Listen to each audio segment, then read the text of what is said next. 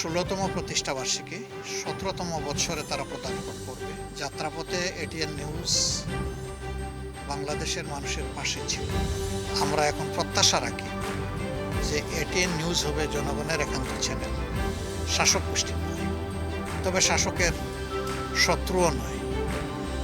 শাসক যদি ভালো কোনো কাজ করে এটিএন নিউজ সেটা জনগণের সামনে তুলে ধরবে এবং সামগ্রিকভাবে বিভিন্ন ক্ষেত্রে যে বৈষম্য, এর বিরুদ্ধে এটিএন নিউজের পদচারণা হবে আরও মজবুত, তারা হবে আরও সোচ্চার। তারা সাদাকে সাহস করে সবসময় সাদাই বলবে এবং কালোকে কালো বলবে। যদি এইভাবে এটিএন নিউজ জনগণের পাশে থাকে তাহলে নন্দিত চ্যানেল হিসাবেই জনগণের হৃদয়ে তারা জয় করে নিতে পারবে। আমি এটিএন নিউজের উত্তর সমৃদ্ধি কামনা করি এবং যারা কর্মকর্তা কর্মচারী আছেন সকলের আমি দীর্ঘ হায়াত কামনা করি।